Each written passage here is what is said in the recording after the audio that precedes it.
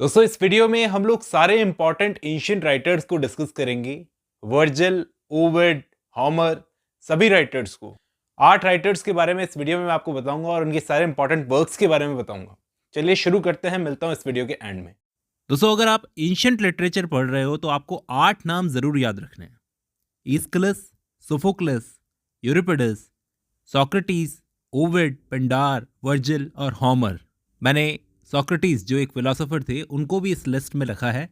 वो क्यों रखा है आगे पता चलेगा। सबसे पहले हम लोग ईस्किलस की बात करते हैं।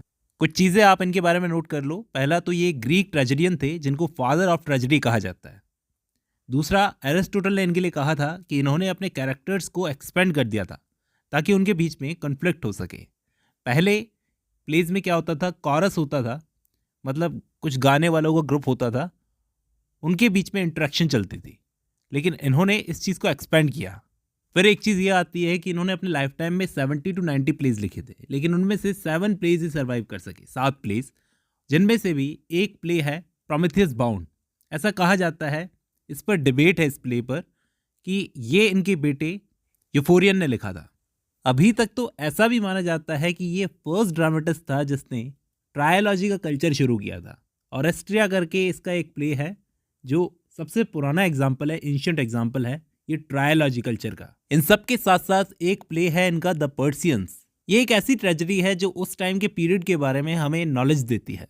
देखो, एरिस्टोटल ने ऐसा कहा था इस क्लिस के लिए कि इन्होंने ग्रीक स्टेज में एक सेकंड एक्टर को इंट्रोड्यूस किया था जिसको डेटरएग्निस्ट कहा जाता है। इनकी ये जो ट्रायोलॉजी थी ऑरेस्ट्रिया, इसके अंदर 3 प्ले शामिल थे, 3 ट्रेजेडीज। ये उन 3 ट्रेजेडीज के नाम है दोस्तों। ये सारी जो इन्फॉर्मेशन मैंने आपको दी इस्किलस के बारे में दी।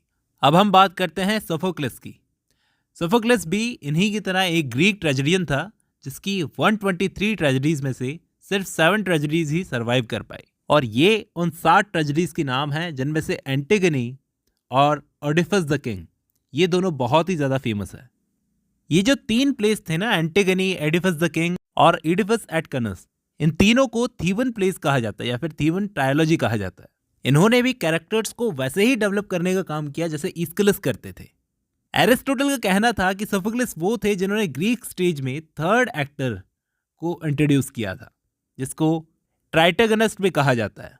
अब हम बात करते हैं यूरिपिडस की। यूरिपिडस क्लासिकल एथेंस का एक बहुत ही फेमस ट्रेजेडियन था जिसके 92 प्लेज में से 18 टू 19 प्लेज सरवाइव कर गए।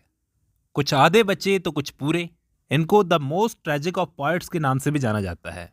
देखो, ये इनके 15 नोटेबल वर्क्स के नाम हैं, आप इनको नोट कर लो। अब बात करते हैं सोक्रेटिस की, जो एक ग्रीक फिलोसोफर थे और वेस्टर्न फिलोसफी की नींव इन्होंने रखी थी।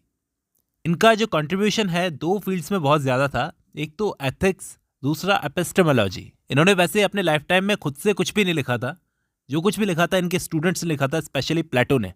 उनके वर्क से इनके बारे में जो कुछ भी इंफॉर्मेशन मिलती है और बाकी जो भी स्टूडेंट्स थे उनके वर्क से। एक कॉमेडी लिखी गई है उस टाइम पर, द क्लाउड्स नाम की, उसके अंदर सोक्रेटिस को चढ़ाया गया है, इसलिए मैंने यहाँ पर इनका नाम रखा है दोस्तों।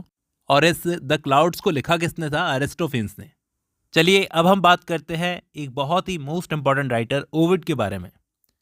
ये लिखते थे लव पोएम्स। इनकी पोएम्स बहुत ही ज़्यादा सोफिस्टिकेटेड और विटी हुआ करती थी। ये एक रोमन पोएट थे और किंग ऑगस्टस के टाइम पर लिखा करते थे। और इनके कंटेम्प्रेरी पोएट्स कौन कौन थे? वर्जिल और होरेस। इनका मोस्ट फेमस वर्क है मेटामॉर्फोसिस, जिसको 15 बुक्स में लिखा है। विकिपीडिया के अकॉर्डिंग 11,995 लाइन्स में। बहुत बड़ा वर्क हो गया। इसको एपिक बनाने के लिए बहुत सारे मिथ्स को इसमें शामिल किया है, इसलिए इसको क्लासिकल मैथोलॉजी का ग्रेट वर्क माना जाता है दोस्तों ओविड के कुछ कलेक्शंस के नाम आपको मैं बता देता हूँ। एक तो था सॉरो, ये बहुत ही फेमस कलेक्शन है।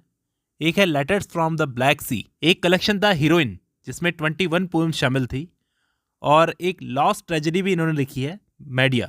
देखो, इनको ऑगस्टस सीजर ने, जो उस वक्त का राजा था, बैनिश कर दिया था, मतलब बाहर निकाल दिया था, और बैनिशमेंट के दौरान इनकी डेथ हो गई थी।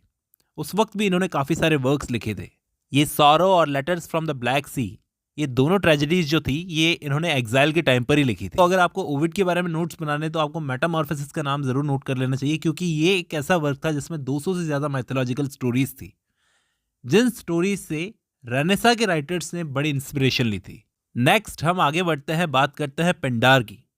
दोस्तों ये एक एंशियंट ग्रीक लिरिक पोएट था थेबीस का। आपने पेंडेरिक ओड्स का नाम जरूर सुना होगा, तो वो यहीं से निकल कर आई है। इन्होंने ओड्स पर एक तरीके से विक्ट्री पाली थी दोस्तों।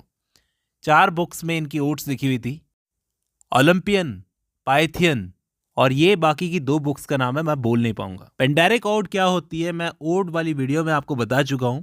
इसको इर्रेगुलर ओड भी कहा जाता है और अब्राहम कॉवली ने इसको डेवलप किया था 17th सेंचुरी में। अब पेंडार के बारे में तो इतना ही है, आगे बढ़ते हैं। वर्जिल की बात करते हैं तो वर्जिल भी एक रोमन पोएट थे जो किंग ऑगस्टस के टाइम के ही पोएट थे। लैटिन लिटरेचर में इनके ये 3 वर्क्स हैं जो बहुत ज्यादा फेमस हैं दोस्तों, और इन तीनों में से ये एनियड जो है इसको एंशिएंट रोम का नेशनल एपिक कहा जाता है। इनका एक कलेक्शन है अपेंडिक्स वर्जिलियाना। देखो वर्जिल के वर्क ने आने वाले राइटर्स को बहुत इन्फ्लुएंस किया, खास तौर पर दांते, जिनकी डिवाइन कॉमेडी जो थी ना, इवन उस वर्क के अंदर तो वर्जिल खुद उतर कर आते हैं गाइड बनकर। देखो ये इतने सोशल नहीं थे, इस वजह से इनको एक निकनेम दिया गया था मेडन। अगर आप इनको पढ़ रहे हो तो आपको एक ही चीज ध्यान रखनी है, एनियड जो इनका बहुत ही फेमस वर्क है जिसको 9896 लाइन्स में लिखा गया है, वो भी डेक्टिलिक हेक्सामीटर में। अब लास्ट में हम लोग बात करेंगे सबसे फेमस, सबसे इंपॉर्टेंट राइटर होमर की, जिन्होंने इलियड और ओडिसी नाम की पोएम्स को लिखा है, बहुत ही फेमस। इनको प्लेटो ने अपने रिपब्लिक में ऐसे पोर्ट्रे किया है दोस्तों कि ये फर्स्ट टीचर थे ऑफ ट्रेजेडीज।